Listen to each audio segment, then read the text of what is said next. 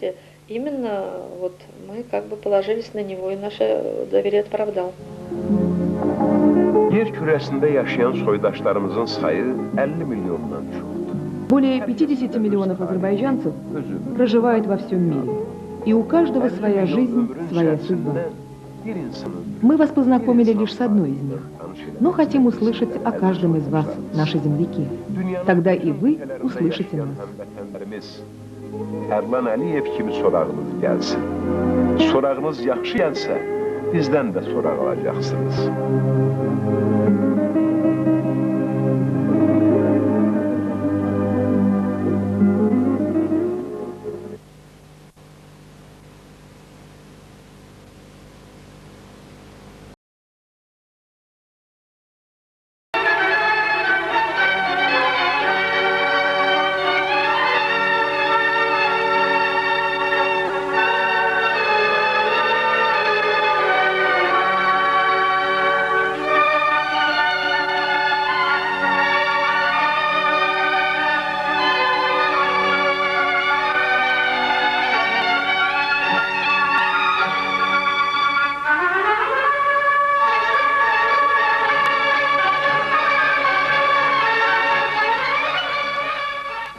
Açığı etiraf eləyək ki, Azərbaycandan kənarda olarkən özümüz Azərbaycan diasporasının, Azərbaycan anlayışının bizim üçün nə qədər doğma olduğunun bir daha fərqinə varırıq. Çünki biz özümüz dəvələrlə təcrübəmizdə bunun şahidi olub, bunu sınaqdan çıxarmışıq. Azərbaycandan kənarda adi bir Azərbaycanlını görərkən içimizdə doğan o sevinç hissi və həmin insana simsarlıq, məhrəmlik bir daha hiss olunur və bugünkü söhbətimiz də artıq fərqinə vardınız, diaspora haqqında olacaq. Bu dəfə söhbətimiz Rusiyada daha dəqiq, Rusiyanın ən qədim və 3-cü mərkəz şəhəri sayılan Nijni Novqorodda yaşayan Azərbaycanlıların fəaliyyəti ilə bağlı olacaq. Bu barədə söhbəti isə Nijni Novqoroddakı Azərbaycan diasporasının vitse-prezidenti və Rusiyalı Sahibkarlar Assosiasiyasının büro üzvü Tərlan Əli ilə bərabər davam etdirəcək. Sabahınız xeyir olsun. Sabahınız xeyir olsun. Tərlan müəllim, mən öncə sizi Qurban Bayramı münasibəti ilə təbrik edirəm. Çünki elə sizin məmləkətə bu dəfəki gəlişinizin də səbəbi və səbəbkarı Qurban Bayramı olub. Mən də sizi və Azərbaycan xalqı Qurban Bayramı münasibəti təbrik edirəm.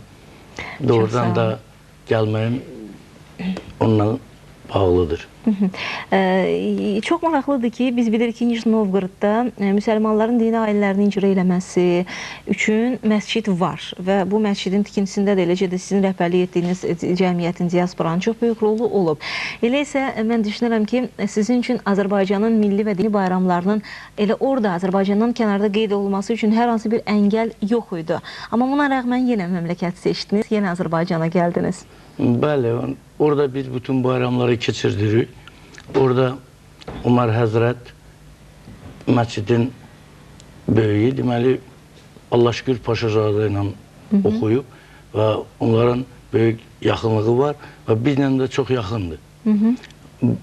Bütün bayramlarda biz məscidə gedirik, nəvələrimizlə, uşaqlarımızla. Ancaq bu Qurban Bayramı çox əziz bayram olduğu üçün İndi Azərbaycanda vəziyyət belədir ki, biraz öz qazancından kasıblarla, necə deyərlər, bölüşməlisən. Yəni doğrudan kimsəsizlərə, ehtiyacı olanlara əl tutmaq bu bayramda xüsusilə 2 qat savabdır və siz savaba batdınız, əgər bu niyyətlə gəlmişsinizsə. Tərlan müəllim, sizi həm də biz Rusiyalı Sahibkarlar Assosiasiyasının vitse-prezidenti kimi təqdim elədik və Azərbaycandan kənarda xüsusilə Nijni Novqorodda nəzərə alsaq ki, rəsmən qeydiyyata düşmüş 200 mindən çox Azərbaycanlı var. Mən bir daha deyirəm, bu rəsmi məlumatdır. Qeyri-rəsmi, yəni qeydiyyata düşməyən Azərbaycanlıların da sayı çoxdur.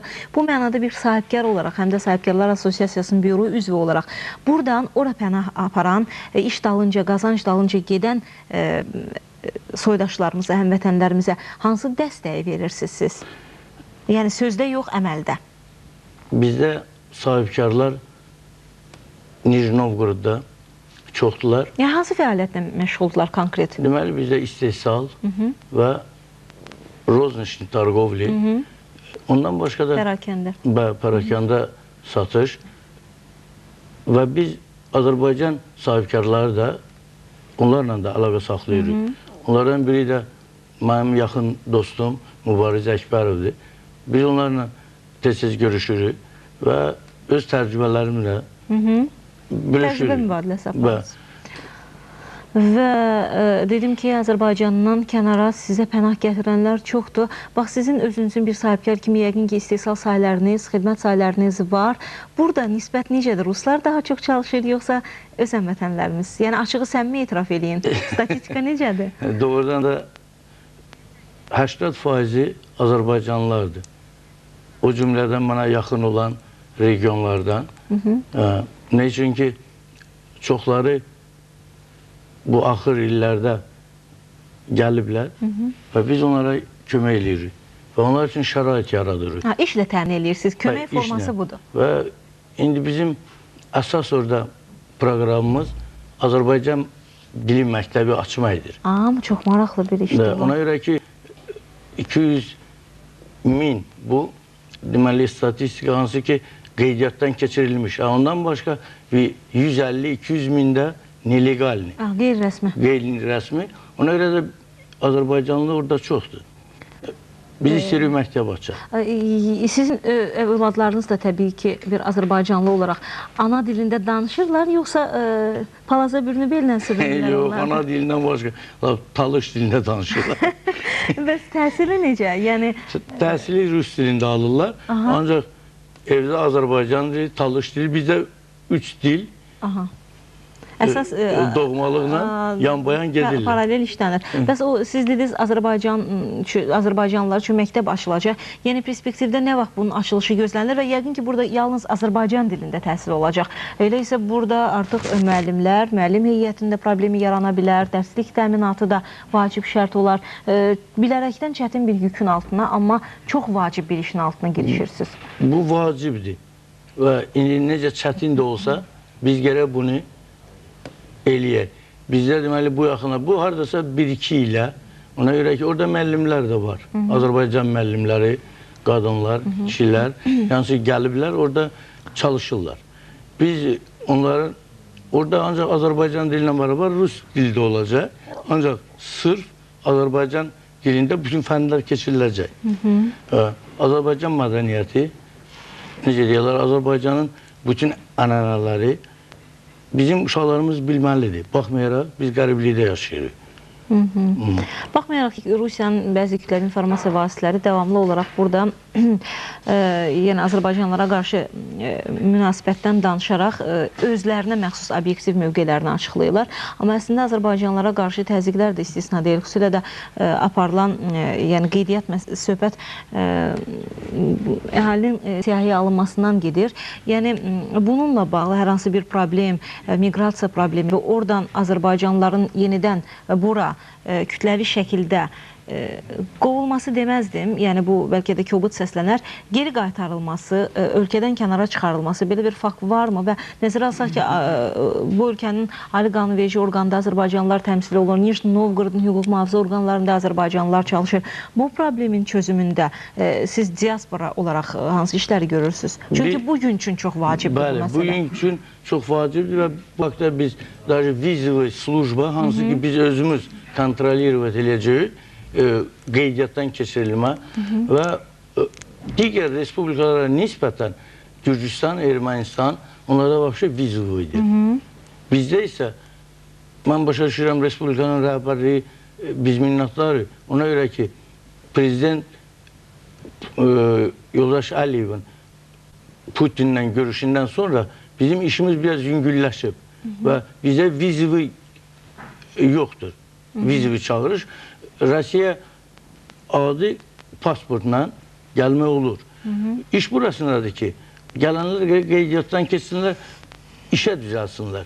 Bir tərəfdən onların tərəfdarıyam, nə üçün ki, bu gələnlər əgər işə gəlməyiblərsə, heç bir işlə məşğul deyillərsə, onların orada yeri yoxdur. Onlar ancaq bizə maneçilik törədirlər və millətin adını batırırlar. Doğrudur. Yəni bu nöqteyi nəzərdə mütləq qeydiyyata alınmalı, qeydə alınmalı və daha sonra öz fəaliyyətlərini davam etdirməlidirlər. Bəli. Tərlan müəllim, təşəkkür edirik sizə. Uzaq bir məsafəni qət eləyib, gəldiniz, öz həmvətənlərinizlə və Azərbaycan tamaşaçıları ilə görüşdünüz. Bir növ hesabatı verdiniz oradakı diasporanın fəaliyyətinə. Amma əlbəttə ki, bu 5-10 dəqiqə çərçivəsində bu hesabatı vermək qeyri-mümkündür. Amma hər halda düşünürəm ki, hər dəqiqənin də öz hökmü oldu və təşəkkür edirik sizə. Mən də sizə təşəkkür edirəm, məni dəvət etdiyiniz üçün. Sizdən böyük salamları yetirərəm. Mütləq. Və gələn görüşlərə kimi. İnşallah və gələn görüşlərdə Azərbaycan məktəbinin açılışını göstərən kadrları tamaşaçılara mən buna məmnuniyyətlə ümidlə niyyətləyək və siz artıq söz verdiniz. Sözünüzə əməl etmək və onun nəticəsini bu studiyada görmək ümidi ilə. Təşəkkür edirəm. Təşəkkür edirəm. Və tamaşaçılara xatırladım ki, qonağımız Nijni Novqoroddakı Azərbaycan diasporasının vitse-prezidenti, həm də Rusiyalı Sahibkarlar Assosiasiyasının büro üzvü, Rusiya vətəndaşı, amma qəlbi Azərbaycanla döyünən, Azərbaycan üçün çalışan Tərlan Əliyev.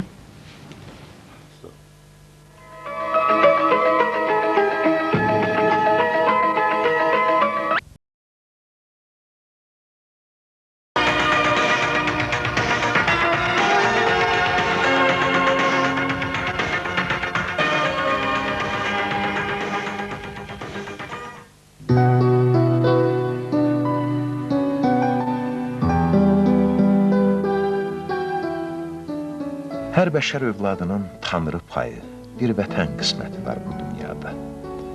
Amma nə yazıqlar ki, hər kəsə öz doğulduğu, uşaqlıq, yeniyetməli illərini yaşadığı vətəndə sakit bir ömür sürmək nəsib olmur. Bir də görürsən ki, taley yelləri səni gözlərinlə hər gün oxşadığın nazlı çəmənlərdən, ətrindən bihuş olduğun yamyaşıl ormanlardan, bir dolça suyunu axıra qədər içə bilmədiyin buz bulaqlardan, tərlanlı, qartallı şiş qayalardan, yaddaşında bütün gizlilərini əbədi həkk elədiyin yurd illərindən qoparıb uzaq-uzaq illərə aparır. Bəlkə də bu bir talih sınağıdır. Çünki vətən sevgisinin, vətən məhəbbətinin səmimiliyi də onda üzə çıxır. Vətənin daşı olmağa hər an hazır olan soydaşlarımız harda yaşamasından asılı olmayaraq doğma el-obalarını bir gündə olsa unutmur. Azərbaycanlı adını ləyaqətlə, şərəflə daşımağa çalışırlar. Elə Tərlan Kərimoğlu Əliyev kimi.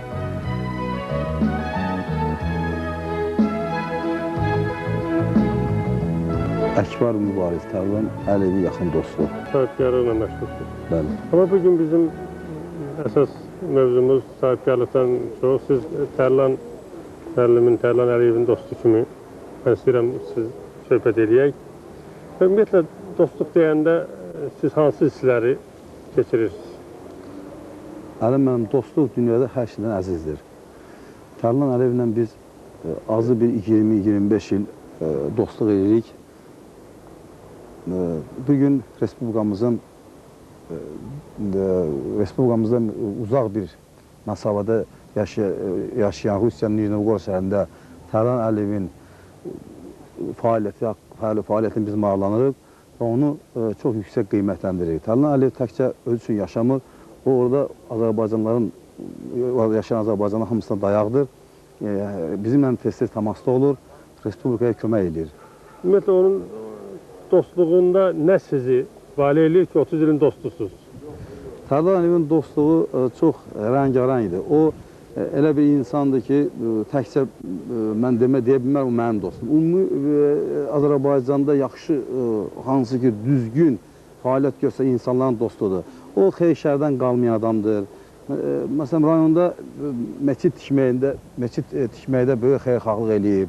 Respublikada kasıblara tez-tez oradan yemək şeyləri göndərir, faylayır. Bu, ən yüksək insanda ən yüksək cəhətlərdir. O da Tərlan Əliyevdə bunlar hamısı, Tərlan mənim hamısı bunlar əks olunur. Çox erkən ata üzünə həsrət qaldı Tərlan. Çətinliklərlə keçən məktəb illəri arxada qaldı. Könüllü ordu sıralarına getdi və elə gənc Tərlanın qürbət həyatı da o günlərdən başladı. İndi həmin günlərdən 35 il keçib.